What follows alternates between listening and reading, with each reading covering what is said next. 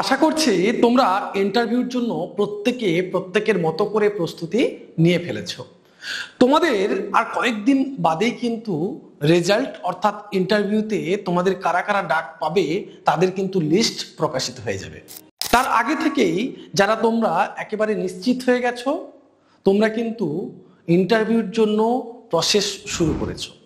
আমাদের একাডেমিতেও কিন্তু ইন্টারভিউর জন্য প্রসেস চলছে এবং যারা রাষ্ট্রবিজ্ঞানের স্টুডেন্ট তাদের জন্যই আমরা এখান থেকে ইন্টারভিউর জন্য তোমাদের প্রস্তুতি দিয়ে থাকি। আজকের আমি যে বিষয়টি নিয়ে আলোচনা করব শুধুমাত্র রাষ্ট্রবিজ্ঞান নয়, প্রত্যেকটি সাবজেক্ট, ইতিহাস হতে পারে, বাংলা হতে পারে, বা যে কোনো সাবজেক্টের ক্ষেত্রে কমন যে প্রশ্নগুলো ইন্টারভিউতে তোমাদের জন্য আসতে পারে, ছুটে আসতে পারে, সেই প্রশ্নগুলোকে নিয়ে আজকের আলোচনা করব।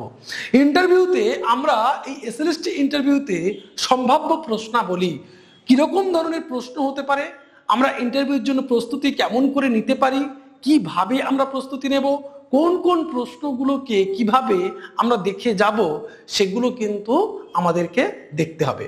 আর যারা তোমরা পলিটিক্যাল একাডেমি থেকে এখনো পর্যন্ত ইন্টারভিউর জন্য কোর্সটা তোমরা নাওনি, তোমরা অবশ্যই নিচে দেওয়া ফোন নাম্বার 86200699 ফোন করে সেখান থেকে কোর্সটা নিতে পারবে। এখন আমরা দেখব ইন্টারভিউর জন্য সম্ভাব্য প্রশ্নগুলো কি কি, কেমন ভাবে প্রশ্নগুলো আমাদের আসে, বা কি ধরনের প্রশ্নগুলো যারা ইন্টারভিউতে থাকবে তারা কি ধরনের প্রশ্নগুলো করতে পারে।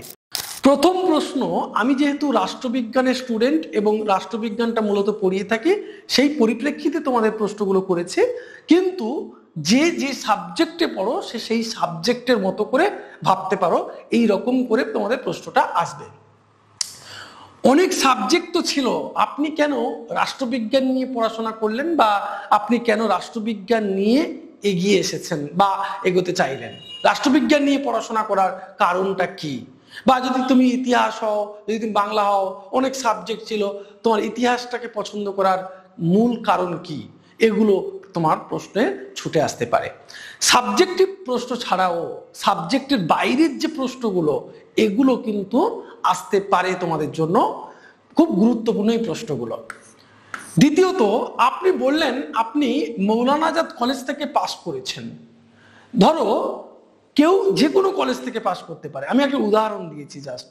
তুমি তোমার কলেজ থেকে যে কোনো কলেজ থেকে পাস করে, কারণ তোমাকে যখন বলতে বলা হয় তুমি নিজের সম্পর্কে বলো, তখন তুমি বলো আমি হচ্ছি আশিস কর এবং আমি এইখান থেকে এসেছি, কুলতলি থেকে এসেছি।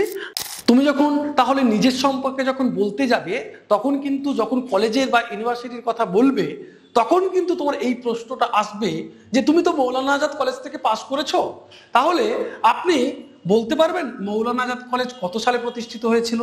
এই ধরনের প্রশ্ন কিন্তু আসলেও আসতে পারে। তাহলে এটা তোমাদের প্রত্যেকের জন্য, যে কলেজ থেকে তোমরা পড়েছো, মৌলানা আজাদ কে ছিল, যে কলেজে পড়েছো সেই সম্পর্কে একটু তোমাদের জেনে রাখা প্রয়োজন। 3 নম্বর প্রশ্ন হচ্ছে, আপনি গ্রাজুয়েশন পাস করেছেন 2017 সালে। অনেক ক্যান্ডিডেট কিন্তু এরকম থাকবে, 2017 সালে তুমি পাস করেছো, এমএতে ভর্তি হয়েছো 2019 সালে, অর্থাৎ তুমি 1 বছর কোথাও না কোথাও গ্যাপ দিয়েছো, কিংবা কেউ 2 বছর, কেউ 2020 সালেও তোমরা ভর্তি হতে পারো, কিংবা কোনো সালে তোমরা গ্যাপ দিয়ে এসেছো। তোমার ওখানে কিন্তু লেখা আছে, তারা দেখতে পাচ্ছে, তুমি বলেওছো। এই বিষয়গুলোকে নিয়ে প্রশ্ন করতে পারে যে তুমি তোমার 1 বছর গ্যাপ বা 2 বছর গ্যাপ, বা তুমি 5 বছর যে গ্যাপ দিয়েছো, 5 বছর তুমি কি করছিলে, বা তুমি গ্যাপ কি কারণে দিয়েছিলে, সেটা কি বলতে পারবে, সেটা তোমার থেকে তারা জানতে পারে। পরবর্তী প্রশ্ন বলছে, আপনি কি মনে করেন এখন যে সেমিস্টার সিস্টেম চালু হয়েছে, তোমরা এখন জানো 11-12 সেমিস্টার সিস্টেম চালু হয়েছে, তাহলে এখন যে সেমিস্টার সিস্টেম চালু হয়েছে সেখানে পড়াশোনার মান কেমন হতে পারে, সেমিস্টার সিস্টেমে কি পড়াশোনার মান তোমার মতে উন্নত হতে পারে? এই ধরনের প্রশ্ন কিন্তু তোমার দিকে ছুটে আসতে পারে। বর্তমানে জাতীয় শিক্ষানীতি বিষয়ে আপনার কি ধারণা, বর্তমানে যে জাতীয় শিক্ষানীতি সেই সম্পর্কে আপনার কি ধারণা? আপনি কি রাষ্ট্রবিজ্ঞানকে বিজ্ঞান বলে মনে করেন? এটা একটা সাবজেক্টিভ প্রশ্ন। ইতিহাস বা বাংলা যাদের হবে সেখানে সেই রকম করে মনে করতে হবে। আপনি যে বিষয়টা পড়ছেন সেই বিষয়টা কেন পড়ছেন, কেন আপনি এই বিষয়টা নিলেন, কেন আপনি এই বিষয়ে শিক্ষক হবেন, বা আপনি এই বিষয়ে শিক্ষক হলে আপনি কি করবেন, এই ধরনের প্রশ্ন কিন্তু এখান থেকে তোমাদের আসতে পারে। আপনি রাষ্ট্রবিজ্ঞান পড়ছেন মানেই অ্যারিস্টটল, প্লেটো এদের সঙ্গে আপনার ওঠা বসা। এই কথাটা আমি বলছি একটাই কারণে, তোমাদের শুরু থেকেই অ্যারিস্টটল, প্লেটো কিন্তু তোমাদের জানতে হবে বা পড়তে হবে। একদম 11-12 থেকেই কিন্তু এই বিষয়টা রয়েছে। তো সেখানে তুমি লক্ষ্য করো, বলতে পারবে অ্যারিস্টটল এবং প্লেটোর মধ্যে 2টি বা 3টি কি পার্থক্য রয়েছে? তোমরা কিন্তু বাচ্চা থেকে বা ছোট থেকেই পড়ে এসেছো, তাহলে তোমাকে বলতে হবে তাদের মধ্যে পার্থক্য কি রয়েছে। পরবর্তী প্রশ্নটি বলছে, আমরা অ্যারিস্টটলকে রাষ্ট্রবিজ্ঞানের জনক কেন বলে থাকি? তোমাদের যে যার সাবজেক্টের জনকগুলো তাদেরকে কেন জনক বলে থাকি সেটাও তোমাদেরকে করতে হবে। আপনি কোন কলেজ থেকে বিএড করেছেন এটা আমি বলার একটা উদ্দেশ্য। যদি তোমরা এখানে দেখো, বলছে দেখো কত সালে পাস করেছেন, কেন আপনি বেসরকারি কলেজ থেকে বিএড করলেন? বেশিরভাগ আমরা বেসরকারি কলেজ থেকেই বিএড করেছি। তাহলে প্রশ্ন ছুটে আসতে পারে, আপনি কেন বেসরকারি কলেজ থেকে বিএড করলেন? আচ্ছা বলুন তো, বিএডে আপনার কত নাম্বারের পরীক্ষা ছিল? এগুলো সিম্পল প্রশ্ন, কিন্তু এগুলো আসতে পারে, এগুলো তোমাদের জেনে যাওয়া দরকার। এবং বিএডে যে যে পেপারগুলো ছিল তোমাদের, তুমি নামগুলো বলতে পারবে কোন কোন পেপার তোমার ছিল বিএডে? কারণ আমরা যারা, অনেকেই তোমরা আছো করোনার সময় বিএড করে চলে গেছো, তোমরা পেপারও জানো না, কিছুই জানো না, তোমরা শুধু পাসটাই করে গেছো, অনেকেই আছো। তো তাদের জন্য বলছি বিএড সম্পর্কে একটু হলেও জানতে হবে। পরবর্তী প্রশ্ন বলছে, দেখো একটু দ্রুত যাব আমরা, অনেকগুলো প্রশ্ন রয়েছে। আপনি রাষ্ট্রবিজ্ঞান নিয়ে পড়েছেন মানেই সংবিধান সম্পর্কে নিশ্চয়ই সচেতন। আচ্ছা বলুন তো, সংবিধান এ পর্যন্ত কতবার সংশোধন করা হয়েছে? যেহেতু রাষ্ট্রবিজ্ঞানের পাঠ, সেখান থেকে প্রশ্ন হয়েছে। আপনি কি সংবিধান সংশোধনের পদ্ধতিগুলো জানেন? কোন দেশ থেকে তা আমরা নিয়েছি বা কোন দেশ থেকে আমরা গ্রহণ করেছি? পরবর্তী প্রশ্ন বলছে, সংবিধানবাদ বলতে কি বোঝায় তা বলতে পারবে? এগুলো কিন্তু খুব গুরুত্বপূর্ণ প্রশ্ন রাষ্ট্রবিজ্ঞানের জন্য। রাষ্ট্রবিজ্ঞানের কোন তাত্ত্বিককে আপনার সব থেকে ভালো লাগে বা পছন্দ? যে কোনো একটা তাত্ত্বিক আমার পছন্দ হতেই পারে, কিছু তাত্ত্বিককে পছন্দ হতেই পারে। আপনি তার সম্পর্কে 2-4 কথা বলতে পারবেন? আপনার এই তাত্ত্বিককে কেন ভালো লাগে? পরের প্রশ্ন দেখো, বলছে আপনি বললেন আপনি সুন্দরবন এলাকা থেকে এসেছেন। সুন্দরবন সম্পর্কে আপনি কি জানেন, কতটুকু জানেন? বা সুন্দরবনের কোনো এলাকা নিয়ে তোমাকে প্রশ্ন হতেই পারে। তার পরের প্রশ্ন বলছে, জন রলসের ন্যায়তত্ত্ব নিশ্চয়ই পড়েছেন। তার এই তত্ত্বের, এই ন্যায়তত্ত্বের ধারণা প্রেক্ষাপটে কোন বিষয়টি সব থেকে গুরুত্ব পেয়েছে?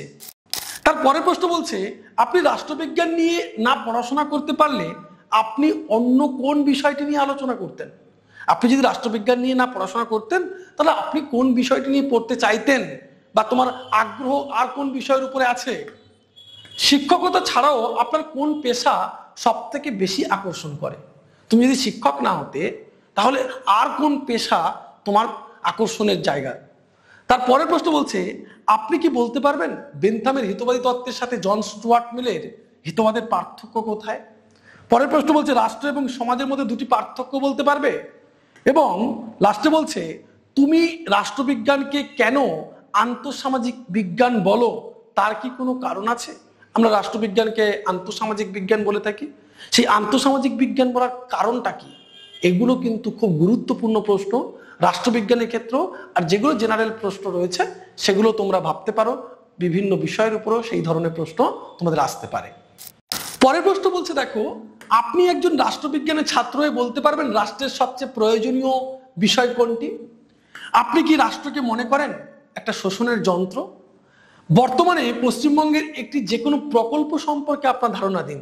কারণ এখন তোমরা বুঝতেই পারছো, পশ্চিমবঙ্গের তোমাদের পরীক্ষা, এটা এসএলএসটি পরীক্ষা, তাই পশ্চিমবঙ্গের প্রকল্পগুলো, ওই রূপশ্রী আরো কি কি শ্রীগুলো আছে, সব কিন্তু তোমাদের জেনে যেতে হবে। ঠিক আছে, এগুলো একটু জেনে যেও রাষ্ট্রবিজ্ঞানের স্টুডেন্ট হিসেবে। আপনি কি জানেন সুপ্রিম কোর্টের প্রধান বিচারপতি কে কিভাবে নিয়োগ করা হয়? কত নম্বর ধারা আপনি বলতে পারবেন?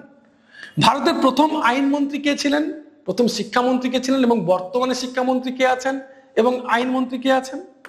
আপনি কি রাজ্য নির্বাচন কমিশনের 2টি কাজ বলতে পারবেন? কত নম্বর ধারাতে উল্লেখ রয়েছে? আপনাকে কোনো ছাত্র যদি কটূক্তি করে, আপনি কি পদক্ষেপ গ্রহণ করবেন?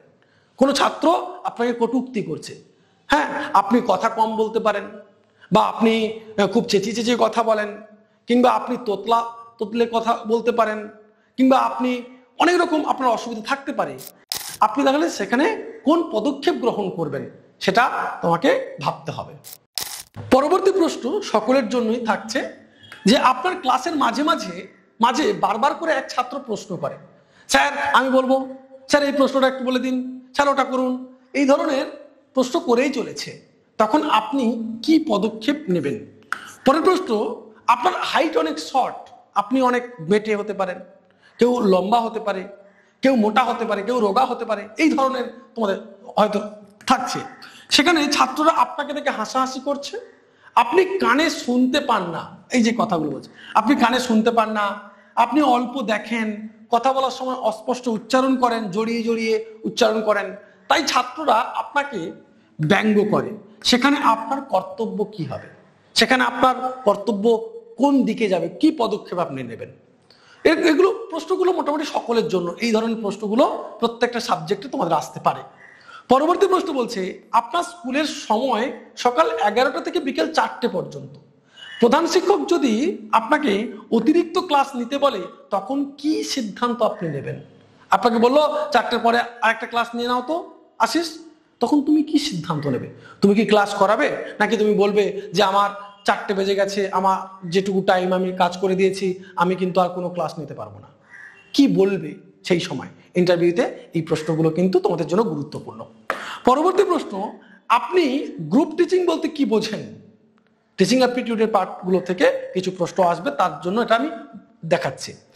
আপনি তো শিক্ষক হবেন, আপনি কি জানেন শিক্ষণ কত প্রকার ও কি কি? পরবর্তী প্রশ্ন, আপনি যদি ধরুন চাকরিটা পেয়ে গেলেন, চাকরির সাথে সাথে আপনি কি বাড়িতে টিউশন পড়াবেন? এই ধরনের স্বাভাবিক প্রশ্নগুলো একেবারে সাদামাটা প্রশ্ন, কিন্তু যে যার ব্যক্তিত্ব সেগুলোকে দেখার চেষ্টা করা হবে ইন্টারভিউর মধ্য দিয়ে, এটা আমাদের মনে রাখতে হবে। পরবর্তী প্রশ্ন কি বলছে? পরবর্তী প্রশ্ন বলছে, ধরুন একজন স্কুল শিক্ষককে যে মাইনে দেওয়া হয় তাতে তার সংসার চলে না, তখন সে কি করবে? তার কি করা উচিত? সে কি আরো বাড়তি টিউশন নেবে, বা আরো একটা কাজ করবে পাশাপাশি, না কি করবে? আপনি যে কোনো তাৎক্ষণিক সমস্যার সমাধান কিভাবে করে থাকেন? হঠাৎ একটা সমস্যা এলো, সেই সমস্যার সমাধান কিভাবে করবেন? আপনি যে পদ্ধতিতে সমাধান করলেন সেই পদ্ধতিটির নাম কি? আপনি বললেন আপনি প্রাইমারি শিক্ষক ছিলেন, আপনি কেন হাই স্কুল শিক্ষক হতে চাইছেন? এখানে মাইনে বেশি তাই? কিসের জন্য আপনি প্রাইমারি স্কুলে, অনেকে তো আছো তোমরা প্রাইমারি স্কুল ছেড়ে হাই স্কুলে আসছো, কিসের জন্য আসছো? সেই প্রশ্নটা কিন্তু আসতে পারে। আপনি কলেজের শিক্ষক হওয়ার স্বপ্ন দেখেন কি? যদি আপনার সেই সুযোগ আসে 2 মাসের মধ্যে, তাহলে এই চাকরি ছেড়ে আপনি কি কলেজে যোগ দেবেন? এই প্রশ্নগুলো তোমার জন্য থাকতে পারে। আপনি কি মনে করেন সরকারি স্কুলের পড়াশোনার মান অনেক নিম্নতর? আমরা অনেকে বলি না সরকারি কলেজ স্কুলগুলোতে কলেজগুলোতে পড়াশোনা হয় না, তো এখানে প্রশ্ন আসতে পারে, আপনি কি মনে করেন যে সরকারি স্কুলের পড়াশোনার মান অনেক নিম্নতর? একেবারে শেষ প্রশ্ন তোমাদের জন্য, আপনি যে স্কুলে চাকরি পেলেন, স্কুল একটি আদিবাসী এলাকায় একটা স্কুল, আপনি কি সেখানে চাকরি করবেন? বর্তমানে ভারতবর্ষের জাতপাত সম্পর্কে আপনার কি ধারণা? সংরক্ষণ ব্যবস্থা থাকা কি উচিত? এই ধরনের প্রশ্ন কিন্তু তোমাদের দিকে ছুটে আসতে পারে। এগুলো ইন্টারভিউর জন্য স্বাভাবিক কারণে গুরুত্বপূর্ণ প্রশ্ন। এরকম আরো অনেক অনেক প্রশ্ন নিয়ে তোমাদের সামনে উপস্থিত হব। আশা করছি ইন্টারভিউতে যে ধরনের প্রশ্ন আসতে পারে, সমস্ত এই প্রশ্নগুলো যদি তোমরা ঠিকঠাকভাবে তৈরি করে যাও, বোধমূলক যে সমস্ত প্রশ্ন, তোমার ব্যক্তিত্ব বিচার করার যে সমস্ত প্রশ্ন, এগুলো যদি করে যাও, তাহলে আর মনে হয় না কোনো রকম তোমার অসুবিধা হবে। সাবজেক্টের প্রশ্ন তো থাকবেই, সাবজেক্টের প্রশ্ন তোমরা করতে পারবে, ডেমো তোমরা হয়তো দিতে পারবে, কিন্তু যে ধরনের প্রশ্ন একেবারে তোমাদের বিচার বুদ্ধি প্রয়োগ করে দিতে হবে, উপস্থিত বুদ্ধির দ্বারাই তোমাদেরকে সেখানে বলতে হবে, সেগুলো কিন্তু এই সমস্ত প্রশ্ন। আশা করছি সকলের ভিডিওটি ভালো লেগেছে, এবং যদি ভালো লেগে থাকে তাহলে অবশ্যই একটা লাইক করবে, কমেন্ট করবে, আর বন্ধুদের মধ্যে শেয়ার করবে। আর সব থেকে বড় কথা হচ্ছে, যদি তোমরা একাডেমিতে অ্যাডমিশন নিতে চাও, নিচে দেওয়া ফোন নাম্বারে ফোন করো, আর আজই অ্যাডমিশন নিয়ে ফেলো। 862006 999 এই ফোন নাম্বারে ফোন করতে হবে। ভালো থাকবে, দেখা হবে পরের ভিডিওতে।